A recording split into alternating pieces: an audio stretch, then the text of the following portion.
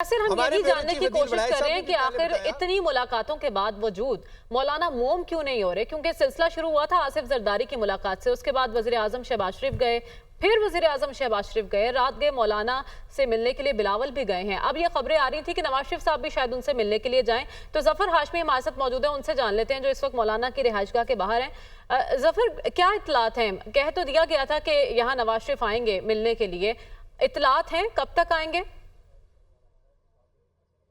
जी बस अब इंतज़ार है और तवक्को है कि अब से कुछ देर बाद जो हैं वो वज़ीर आज़म और मियां नवाज शरीफ जो हैं वो यहाँ पहुँचेंगे मौलाना से मुलाकात के लिए। आपने जो एक बात की कि मौलाना जो है वो मोम क्यों नहीं हो रहे या राज़ी क्यों नहीं हो रहे, तो इसके लिए मेरा ख्याल है कि मौलाना की जो पिछली सियासत है उस पर ज़रूर नज़र डाल लेनी चाहिए।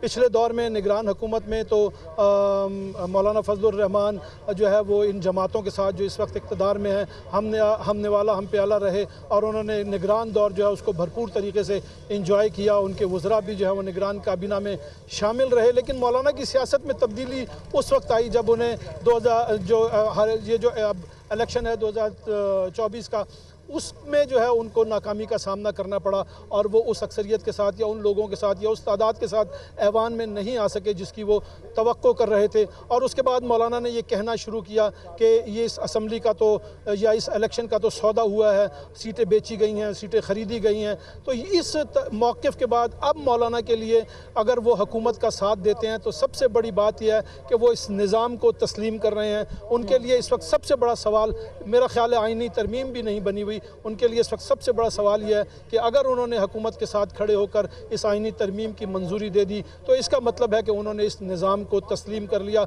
और यही वो मसला है जो मौलाना के रास्ते की रुकावट बना हुआ है और वो राज़ी नहीं हो रहे हैं। और उन्होंने इतनी वो मुज़ाकरात का सिलसिला भी जारी रखे हुए हैं और मेरा ख्याल है उन्होंने इतनी सख्त शराइत हुकूमत के लिए आयद कर दी हैं कि जिनको हुकूमत के लिए तस्लीम करना मुमकिन नहीं हो रहा।